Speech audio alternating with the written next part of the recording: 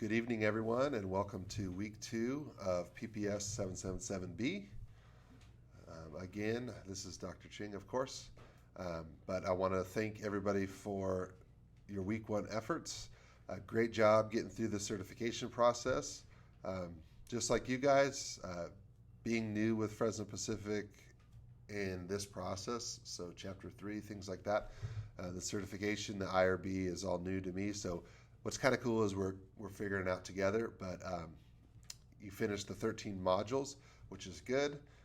So thank you for doing that in a timely manner, and now we're ready to move on with our research. So basically that certification says, okay, you're good to go, you understand all the ethical considerations, and you'll do this study with integrity. So great job on that. I appreciate your efforts. So this week we are going to dive into the first couple of sections of methodology.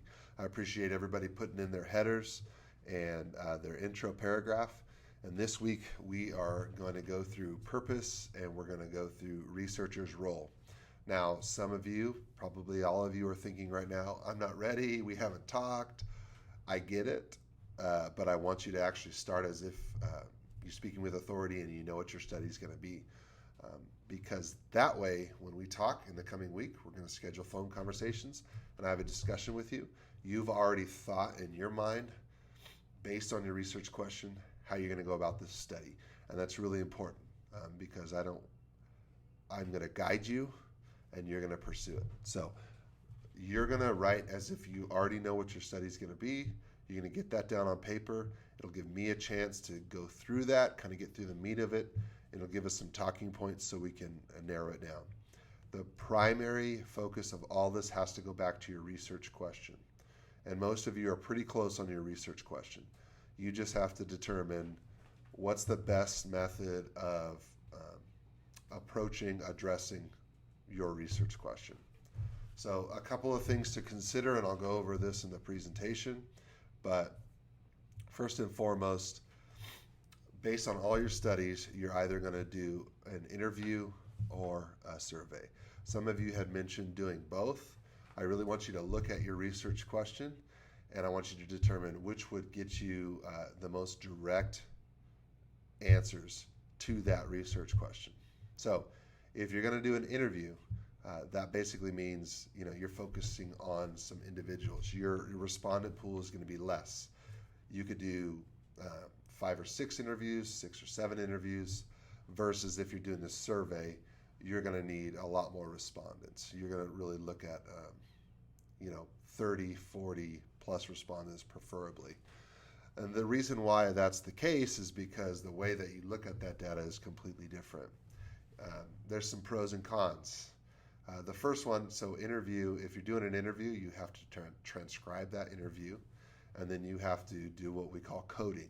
So you're basically going to quantify the responses to that interview.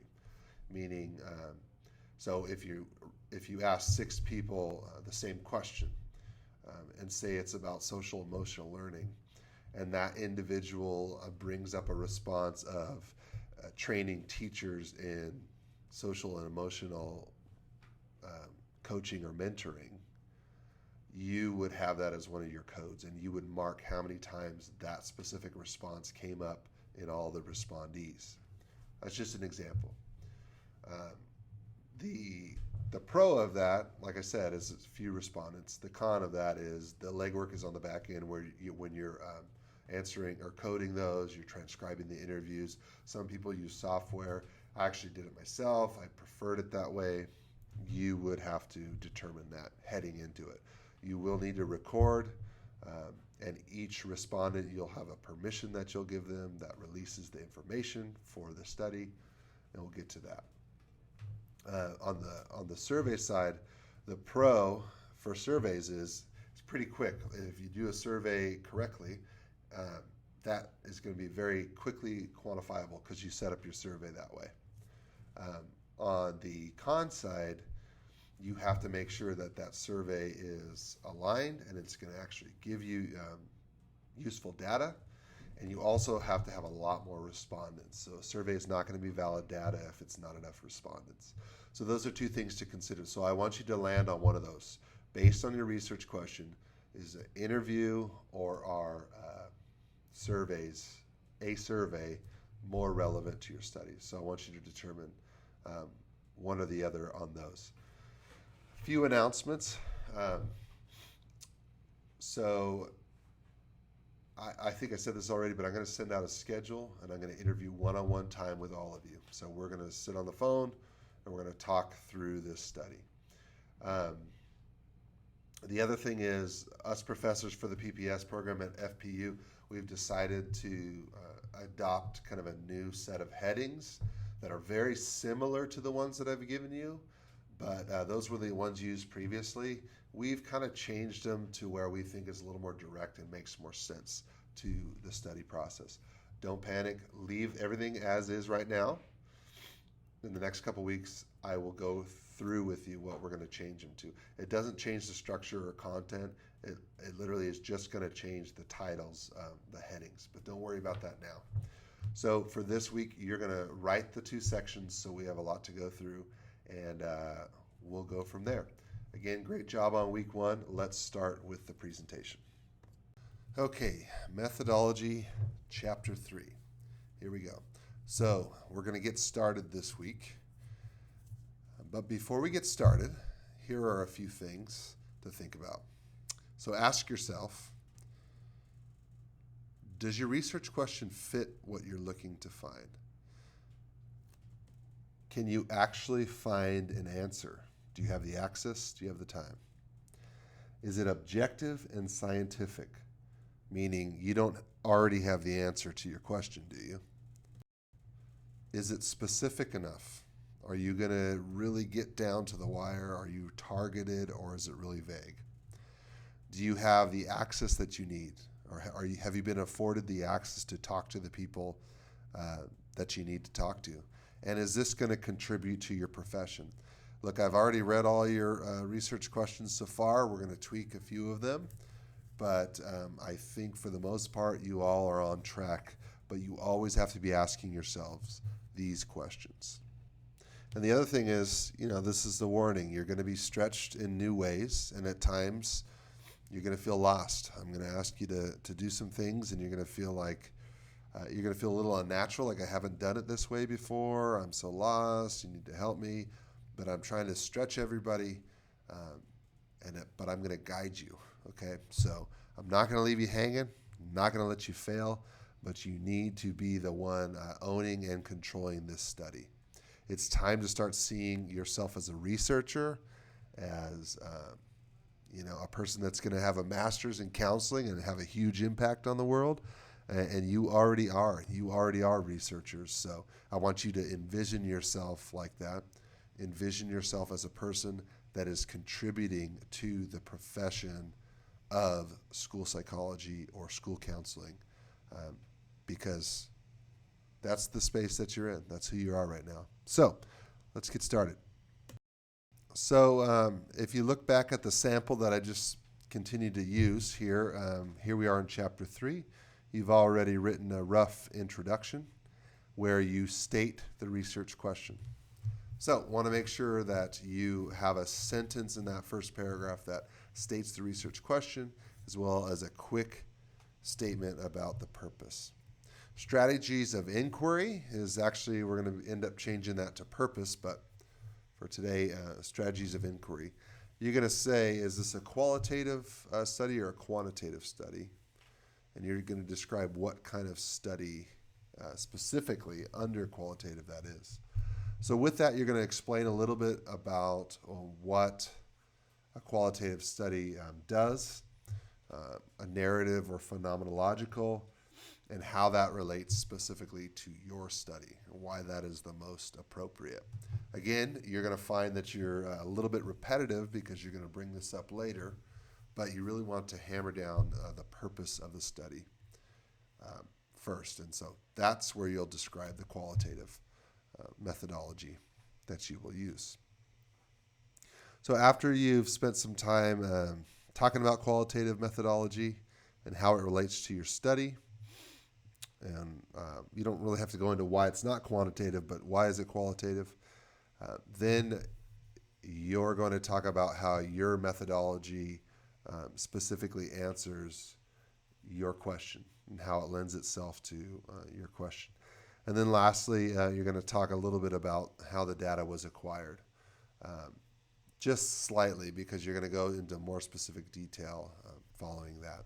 So strategies of inquiry / purpose, you're going to kind of give if you could look at it as a real overview of your study. What is that study like?